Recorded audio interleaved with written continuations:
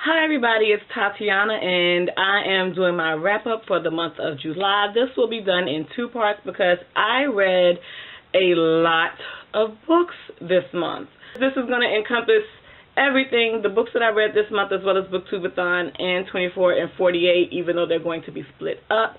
The first half is going to be the novels that I read, and then the second half is going to be the graphic work that I read. To start off the month of July, I finished, finally, 11/22/63 by Stephen King. I was reading that as an audiobook, and it took me so long to read it. I've been reading this as an audiobook since April.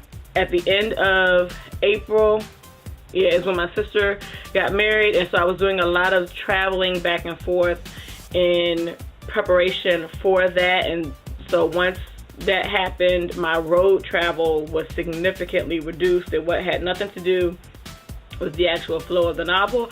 I really enjoyed the novel. It's my second book that I've read by Stephen King, and I still want to read more of Stephen King's work, so that means that I liked it enough to continue reading, right? If you're not familiar with the story, it follows a man named Jake Epping, and he is on a mission to try to travel back in time to save Kennedy from being assassinated. And it's a lot of other things that go into it as well, and it's just really, really good. There's so much that I could say about why it's so good, but it would give information that I didn't have, that I didn't know until I read the story, and I've never read, to this day have not read the synopsis of the story, and I think that's how everybody should go into the story because it gets you more involved in it.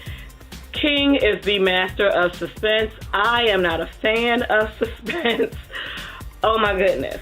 But I still really enjoyed the novel, even though a lot of times I was driving white-knuckled because I wanted to get to what happened. It was so much build-up in some parts of it that it was like giving me problems. I was having problems breathing.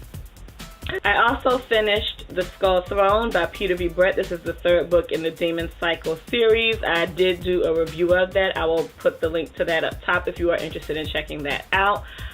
This book,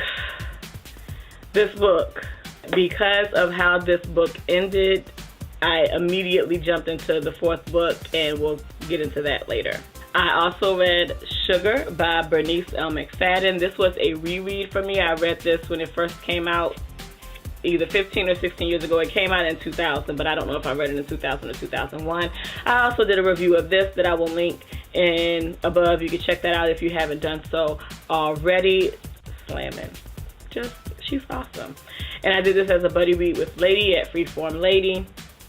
And then we went from reading this directly into This Bitter Earth. And I didn't do a review of this, so I'll talk about it briefly now. I really enjoyed this novel. Again, reading this again as the kind of reader that I am now made a big difference in how I looked at the story. I remember when I first read this that I just was not as into it as I was Sugar. I just really didn't like it as much, and I still think that Sugar is a more engaging story, and that's probably because it's got more drama in it. But this book is so important once you meet Sugar, because this is her having the opportunity to reconcile some things in her past and reconcile with some people in her past, and it's very powerful and very enjoyable. But I still say that it's not as good of a story as Sugar was. It's still written well. I would give this 4 stars versus I gave Sugar 5. So that still says that I really, really liked the story. And again, the connections that she draws with people, which you expect more in this one, of how the people would be connected. You expect it and catch on to it much more quicker than you would in Sugar, because in Sugar it's just like pat out, and it's there and you weren't even expecting it, but you're expecting it more in this novel. I actually finished this during Booktubeathon. This was not on my Booktubeathon TBR. I don't even know, did I upload a TBR video for Booktubeathon? I think I did. The basis of Booktubeathon is that it was a complete and utter fail. I didn't complete a single novel just during Booktubeathon. I did get through some graphic works, and again, that would be in the second portion of the video.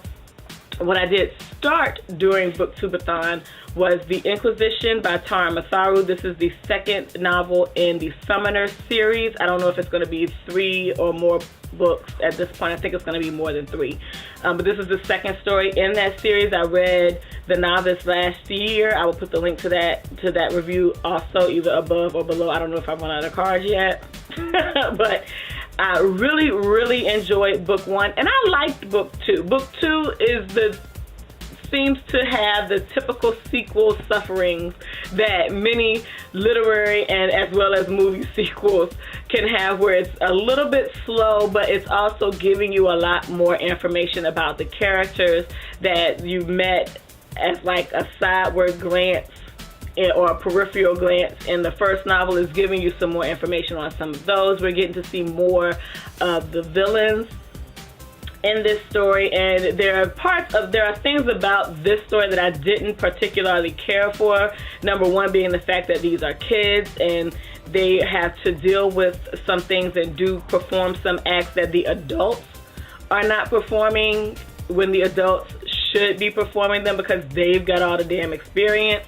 But you wouldn't have a story if they didn't do it. So it's, pick your poison. But during Booktubeathon, I only read 102 or 112 pages of this novel. I killed the rest of this during 24 and 48, which was a wonderful success for me. I read a total of, I think, 22 hours, 21 minutes and something. I'll put a caption with the amount of time that I actually spent reading during 24 and 48. Yeah, I killed the rest of this during 24 and 48, which was just much more successful. I ended up having a weekend where I didn't have to go anywhere, and that worked out so well for 24 and 48, which did happen at the same time as Booktubeathon. So technically I could say that I finished it during Booktubeathon, but let's be real and honest. Monday through Friday, or was it Monday? Yes, Monday through Friday of reading through Booktubeathon, I may have read 300 pages. The other book that I started during Booktubeathon and finished like a bandit during 24 and 48 was 40 Acres by Dwayne Alexander Smith. I have a review of this. I have not yet uploaded it, so keep an eye out for that. I know some of you were asking for it. I hope you like it because it's kind of a struggle review. During Booktubeathon, I read, I think, 170 something pages of this. This was the main read that I started with, while The Inquisition was the book that I started with to read after sunset. And you can see that there's not much difference between the times because I was just tired when I got off of work, and the sun doesn't set until around 8:30, 8:40. And what would happen is I would be in this so much that I wouldn't realize that the sun set, but it really didn't make that much of a difference where I got in Booktubeathon. So then I also finished, or started and finished during 24 and 48, A Taste of Passion by Brenda Jackson. Brenda Jackson used to be, I kind of want to say is, because this is the first novel that I've read by her in quite some time, but one of my most favorite romance authors. I think I need to read something by her that extends beyond her familial novels, where she has like 2 families that she follows. This is a Medeiros family novel, because it just really was exactly the same kind of novel that I read from her that was in the family line that was put out like 8 or 9 years before this was put out. Maybe. I think this was put out in 2009. It was extremely predictable for what those romance novels from her are, and because of that I didn't enjoy it that much. I'm not giving up on her, but what this basically turned out to be was a silhouette romance, which she does write with Harlequin, but a Harlequin silhouette romance that was stretched to 294 pages. This could have been about 150 pages and been just as good. So yeah, didn't really enjoy that much. So that's all that I'm going to talk about in part 1. Stay tuned for part 2, where I will share the comics and graphic novels that I read during the month of July. Thank you all for watching, and I hope you all have a good weekend, whenever you see this video. Peace out.